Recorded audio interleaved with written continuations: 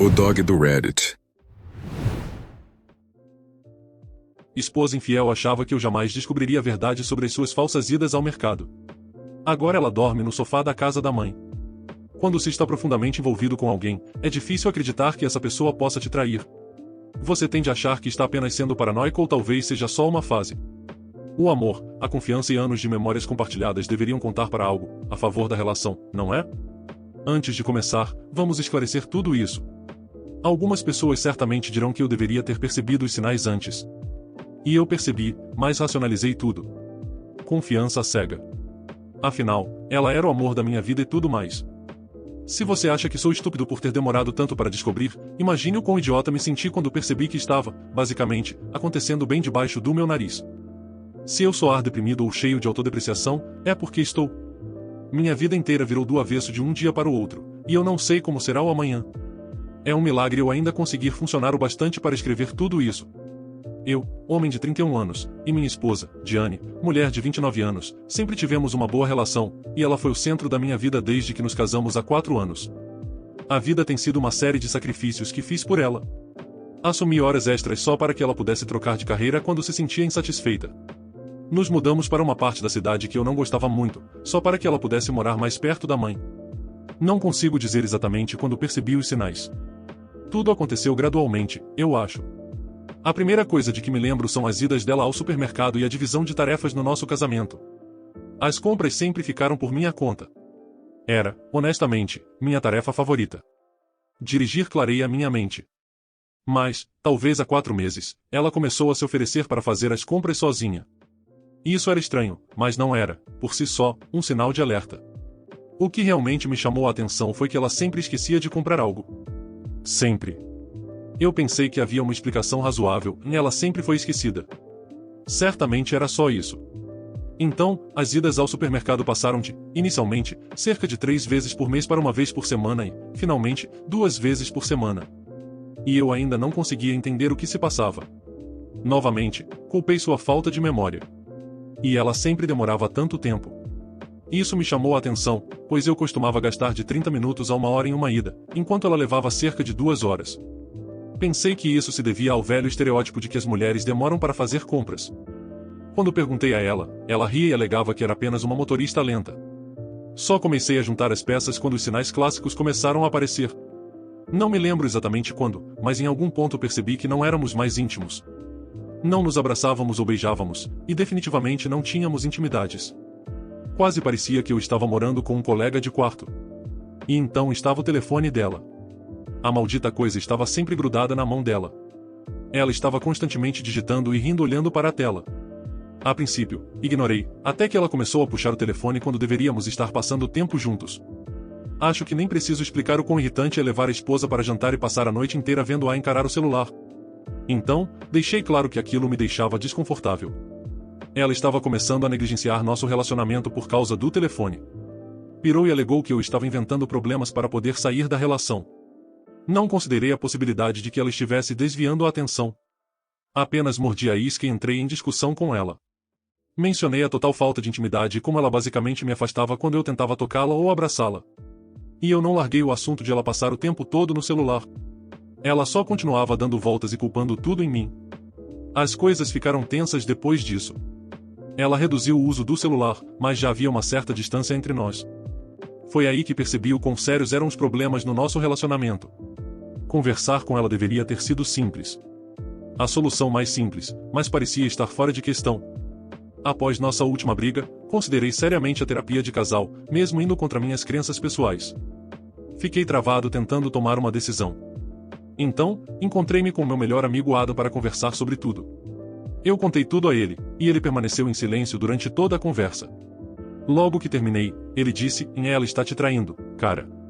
Eu não queria acreditar. Mas, assim que ele falou aquilo, as peças começaram a se encaixar na minha mente, e tudo fez muito sentido. Ele me aconselhou a manter a calma e buscar provas primeiro. Não havia sentido em destruir meu casamento por uma acusação falsa. Ele disse que a maneira mais fácil de conseguir provas seria vasculhar o telefone dela em busca de mensagens de outro cara. Isso fazia sentido para mim, mas parecia algo difícil demais. Ela estava tão protetora com o telefone ultimamente. Passamos um tempo tentando bolar um jeito de eu ter acesso ao celular dela, mas ela estava muito atenta. Concluímos que eu só precisava esperar o momento certo, mesmo que levasse semanas. Felizmente, demorou apenas 3 dias, mas, nesse curto período, senti como se não a conhecesse mais. Era como viver com uma estranha. Eu sabia que ela estava me traindo. Agora, eu tinha certeza disso. A única coisa que me impedia de dar um basta nela era esperar minha chance de obter provas. Essa chance surgiu quando ela estava no banho. Normalmente, ela levava o telefone para o banheiro, mas, desta vez, deixou carregando ao lado da cama. No instante em que eu vi a água correndo, corri para pegar o telefone dela. Ela demorava muito no banho, então eu tinha tempo. Além disso, eu saberia se ela estivesse vindo, ao ouvir a água parar. Hesitei um pouco antes de desbloquear o telefone dela. Pode parecer bobo, mas senti como se estivesse fazendo algo errado ao verificar. Como se eu estivesse transformando a infidelidade dela de uma hipótese em realidade. Claro que eu sabia que isso não era verdade. O que quer que ela tivesse feito já tinha acontecido, e acessar o telefone não mudaria nada. Ainda assim, tive que engolir um pouco de culpa ao desbloqueá-lo e começar a rolar pelas mensagens. Por um momento, não encontrei nada fora do comum, e senti um alívio me invadir. Nunca estive tão feliz por estar errado. Mas esse sentimento foi de curta duração, pois a ilusão se desfez completamente quando vi uma mensagem dela com alguém chamado Brian. Foi o momento em que tudo se tornou real. Fiquei enjoado. Ela tinha dormido com aquele cara no dia anterior. Ela estava com ele quando saía para fazer compras, quase 2 vezes por semana. E, ao mesmo tempo, estava me enlouquecendo, tentando transferir toda a culpa dos nossos problemas para mim. Havia tanta mágoa ali que me fez continuar rolando a tela e anotando tudo, só para ter certeza de que tinha todas as provas necessárias. Ela tentou me fazer acreditar que eu era o responsável por destruir nosso casamento. Eu ia derrubá-la. Não consegui reunir todas as provas de uma vez só. Ouvi a água do banho parar e fechei o aplicativo para devolver o telefone ao lugar onde o tinha encontrado. Então, saí do cômodo. Alguns minutos depois, ela apareceu, sem fazer ideia de que eu tinha mexido no celular dela. Contei a Adam o que descobri, e ele demonstrou solidariedade. Eu desabafei e gritei por quase 1 hora, enquanto ele ouvia pacientemente. Depois de liberar tudo o que estava preso dentro de mim, ele me disse que eu não podia terminar as coisas ainda. Me lembrou de que os homens geralmente saem prejudicados nos divórcios e que eu precisava me proteger completamente. Isso significava ficar com ela e fingir que tudo estava normal até eu ter todas as provas de que precisava. Eu sabia que ele só estava cuidando de mim, mas não conseguia imaginar dormir outra noite na mesma cama que ela. Ele me garantiu que eu precisaria apenas aguentar firme. Provavelmente, teria outra chance de reunir mais evidências nos próximos dias, e então poderia me livrar dela. Ela ainda não tinha a menor ideia de que eu sabia o que estava acontecendo, e era difícil agir como se tudo estivesse normal. Ela continuava sempre grudada ao telefone, então tive que esperar mais alguns dias até a próxima oportunidade. E isso nos leva à noite passada. Assim como da primeira vez em que ela deixou o celular carregando enquanto estava no banho, fui direto para as mensagens, capturei as novas, e depois, retomei de onde havia parado da última vez, com algum tempo sobrando. Considerei confrontá-la com as provas na hora, mas não queria tomar nenhuma decisão enquanto estivesse furioso. Então, decidi conversar com Adam primeiro e buscar um conselho sobre o que fazer a seguir. Mas também pensei em vir aqui para obter uma segunda opinião. Não há esperança de consertar as coisas. Eu não vou ficar com a mulher que me traiu e ainda me fez duvidar da minha sanidade dessa forma. Eu só quero fazer o que preciso, garantindo que estou totalmente protegido quando o divórcio começar. A atualização. Faz um tempo desde o meu primeiro post e achei que deveria atualizar vocês sobre o que aconteceu. Primeiro de tudo, todo mundo estava a favor de eu dar um basta nela. Por mais que doía admitir isso na época, era a única opção. Então, entrei em contato com um advogado de divórcios que tinha ajudado um amigo meu. Ele veio com excelentes recomendações, e até agora, valeu cada centavo. Eu mesmo o recomendaria, se não estivesse tentando permanecer anônimo para o próximo passo. Eu não ia deixar que ela tocasse mais um centavo do meu dinheiro. Contactei meu banco e bloqueei o cartão dela. Esse cartão estava ligado à minha conta. Depois, fui até nossa conta conjunta e retirei uma quantia do que eu havia economizado ali. Havia uma parte mesquinha em mim que queria esvaziar completamente a conta, mas meu advogado me fez ver a razão. Eu poderia ter feito isso legalmente, mas teria me prejudicado enormemente quando fossemos a julgamento. Então, levei tudo o que me era devido, e tinha os extratos bancários para provar isso. Mas não parei por aí. Até removi os nossos planos familiares na Netflix e na Amazon. Expulsei ela de todos os planos familiares que consegui imaginar. YouTube Premium, iCloud, até mesmo o Spotify. Algo pequeno, mas mesquinho, eu sei. Mas ela não era mais família. Pelo menos, era o que eu pensava, e espero que ela tenha entendido a mensagem. Ela entendeu bem logo que cheguei em casa naquela noite. Ela ficou em silêncio. Eventualmente, ela me perguntou por que eu a tinha retirado da Netflix e do iCloud. Eu ri e perguntei se aquilo era tudo. Ela fez uma careta de confusão. Eu costumava achar aquilo fofo, mas agora só a fazia parecer tola. Disse para ela verificar todas as outras assinaturas que eu pagava. Ela não mexeu em nada. Apenas ficou parada perguntando por que eu estava fazendo aquilo. Olhei nos olhos dela e disse que tinha certeza de que ela sabia o porquê. Ela desviou o olhar e não disse mais nada. Talvez estivesse envergonhada. Ou talvez quisesse despistar. Eu realmente não me importava. Tudo o que sabia era que tinha uma abertura e não ia deixá-la escapar. Falei claramente que sabia sobre o Brian. Tinha visto cada mensagem nojenta que eles trocavam. Ela ficou parada, com a cabeça baixa, enquanto eu despejava toda a raiva que vinha acumulando. Mencionei como ela tinha tentado me manipular, alegando que eu era o cansado daquele relacionamento. Ela não disse nada até que a chamei de bruxa maligna. Então, ela disse, em amor, por favor. Com lágrimas nos olhos, mas eu não senti nenhum pingo de remorso. Ela me causou tanta dor que eu me senti aliviado ao ver o sofrimento dela, mesmo que fosse um pouco. Dei a ela a chance de falar. Eu já tinha dito o que precisava e queria ouvir como ela tentaria justificar sua atitude. Sua desculpa era, e estava entediada. Ela dizia que se sentia insatisfeita e que o Brian era apenas um mecanismo de enfrentamento. Começou a falar aquele papo de terapia sobre como algumas pessoas buscam meios autodestrutivos de expressar a si mesmas quando estão tristes. Eu não iria deixar que ela me manipulasse com palavras complicadas. Disse que, se quisesse uma liberação autodestrutiva, podia começar a beber, como todo mundo. Depois disso, mandei minha outra cartada. O cartão dela foi cancelado e eu já tinha retirado meu dinheiro da conta conjunta.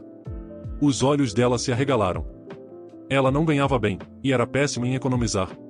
Uma parte significativa do dinheiro na conta conjunta tinha sido depositada por mim. Observei a realização dela em tempo real. Ela estava quebrada. Juro que aquele momento quase fez tudo valer a pena. Ainda não tinha terminado com ela. Disse que ela tinha que ir embora. Não passaria mais uma noite sob meu teto. Então, ela começou a me implorar para que eu reconsiderasse. Ela insistia que era algo emocional. E então, eu a culpei por uma condição médica que me irritava muito. Não que eu tivesse aceitado isso, mas ela nem sequer havia pedido desculpas. Tudo o que ela fez foi arranjar desculpas. Agora, ela até culpava uma condição médica conveniente para a qual não tinha sinal algum. Esse foi o ponto final para mim. Se ainda houvesse alguma esperança de as coisas voltarem ao normal, ela desapareceu naquele instante. Disse que não havia nada que ela pudesse dizer para mudar minha decisão, e que ela tinha até o final do dia para arrumar suas coisas. Se ela não fosse embora, eu ligaria para a mãe dela e contaria exatamente o que sua filha estava fazendo. E isso a abalou. A mãe dela era sua melhor amiga e ficaria devastada ao saber o que a filha tinha feito. Ela disse que começaria a arrumar suas coisas, mas pediu que eu tirasse algumas horas para repensar tudo, ainda que eu já tivesse pensado nela todos os dias desde que descobri. Minha mente estava tomada. Ela arrumou suas coisas e tentou falar comigo uma última vez antes de sair. Eu não lhe dei chance, e ela saiu silenciosamente. Descobri onde ela estava morando no dia em que precisei entregar os papéis do divórcio. Ela tinha se hospedado na casa da mãe, e não estava feliz com isso. A mãe dela ficava triste ao ver nosso fim, e suspeitava que sua filha estava errada, já que disse para a mãe que não podia me ligar. Senti a tensão na casa quando cheguei lá. A mãe dela tentou me convidar para um café, mas recusei educadamente. Disse que estava ali apenas para entregar os papéis para a Diane. Ela tentou insistir em obter alguma informação, mas respondi que era com a filha que cabia contar o que estava acontecendo. A Diane saiu para conversar comigo, e a mãe dela voltou para dentro, mas não antes de lançar um olhar severo e silencioso para a filha. Fiquei satisfeito em ver que, mesmo a mãe, também não a tolerava. Talvez eu contasse o que a Diane tinha feito mais tarde, mas, por enquanto, aproveitei a tensão entre elas. A Diane parecia cansada. Disse que a mãe a forçava a dormir no sofá até que ela se abrisse. Eu simplesmente disse que aquilo não era da minha conta e entreguei os papéis a ela. Ela os enviou de volta para mim, assinados, 2 dias depois. O processo de divórcio tem sido difícil, mesmo com todas as provas ao meu lado. Como eu disse, meu advogado sabe o que faz, e as coisas têm sido bem favoráveis para mim até o momento. A Diane está pleiteando pensão, e meu advogado está lutando com unhas e dentes para que isso seja rejeitado. Ele insiste que ela não tem grande chance, e como está apenas tentando a sorte, estou inclinado a acreditar nele. Ele não me prejudicou até agora. Quanto a Diane, ela ainda está morando com a mãe. Teve que arrumar um segundo emprego para começar a economizar e alugar um novo lugar. Como eu sei disso? A mãe dela ainda me liga de vez em quando, tentando me fazer revelar mais detalhes sobre o que aconteceu entre nós. Ela perguntou diretamente se a filha havia me traído. E eu nunca neguei. Tenho certeza de que, de algum modo, ela sabe o que aconteceu, mas talvez um dia seja divertido confirmar para ela. E eu estou me dedicando a viver a vida para mim agora. Já me mudei do nosso antigo lar para uma parte da cidade que realmente gosto. Tenho dado mais atenção a hobbies e interesses que havia deixado para trás. Esqueci o quanto amava ir a shows antes de me casar. A Diane sempre odiou isso. Fui a um show na semana passada e senti como se tivesse redescoberto uma parte de mim que havia esquecido. Passar por um divórcio é difícil, e tenho certeza de que não será muito mais fácil depois. Mas a cada dia fico melhor em lidar com tudo. Redescobrir os meus antigos hobbies e me sentir liberto agora realmente significou um upgrade em minha vida. Sem contar que agora meu nível de estresse e tristeza só vem diminuindo. Agora também voltei a fazer as minhas próprias compras no mercado, sem ter que ficar preocupado com qualquer questão além dos preços dos produtos. Então, para mim está bem claro que eu vou sobreviver e sair dessa melhor do que entrei. Mas não sei se posso dizer o mesmo da Diane. Comentários sobre o relato. O Op realmente precisava chegar para o seu grande amigo Ada, e dizer aquela famosa frase do pica-pau: "Obrigado amigo, você é um amigo". Esse rapaz literalmente salvou a vida do Op, sendo o primeiro que tratou de abrir os olhos dele, enquanto ele basicamente estava em negação. Digo isso porque ele já estava percebendo atitudes e comportamentos incomuns na esposa, comportamentos esses bem típicos de quem está traindo. E foi o amigo dele quem acelerou todo o processo de aceitação da realidade. Ou seja, esse é um amigo de verdade. As viagens rotineiras ao supermercado, o tempo gasto, a distância entre eles, o telefone sempre grudado na mão dela, foram várias situações. Sim, talvez não fossem alarmantes separadamente, mas juntas formaram um quadro bastante claro. O Op foi manipulado feio. E o pior é que ela tentou inverter a situação, como se fosse o problema ele ter percebido as mudanças. Mas eu compreendo o que você passou, Op. A verdade é que, quando você ama alguém de verdade, é natural confiar nessa pessoa. Mas isso sempre traz esse tipo de risco. Esse relato mostrou alguns pontos importantes que eu gosto sempre de lembrar aos meus amigos, e são eles: 1. Nunca coloque ninguém em um pedestal. 2. Não deixe que outras pessoas, principalmente as traidoras, controlem a narrativa dos eventos. 3. Não seja ingênuo de achar que todas as pessoas sempre terão bons pensamentos ou atitudes o tempo todo. E 4. Jamais confie cegamente em alguém, nem em si mesmo. Se devemos sempre nos policiarmos, por que deveríamos ser diferente com os demais? Então fique sempre em alerta. Você deu chances a ela. Foi um bom parceiro, foi honesto. Mas quando compreendeu toda a situação, você não deixou que ela manipulasse a situação, tentando fingir um problema emocional, para conseguir a sua simpatia. Ela fez a própria cama, que ironicamente acabou sendo o sofá-cama da mãe dela. Você deu todas as oportunidades para que ela se explicasse, Op. E ela escolheu mentiras, manipulações e desculpas vazias. Agora, ela é quem fica dormindo no sofá da casa da mãe, e você pode continuar vivendo a sua vida em paz. E qual a sua opinião sobre essa história? Me diga nos comentários. E não se esqueça de se inscrever aqui no canal. Muito obrigado por tudo. Valeu e abraço! Espero que tenham curtido o vídeo de hoje. Um agradecimento especial aos membros do canal pelo suporte. Todos vocês ajudam demais. Considere você também se tornar um membro e se juntar à matilha. Muito obrigado por assistir. Inscreva-se e deixe o like. Abraços.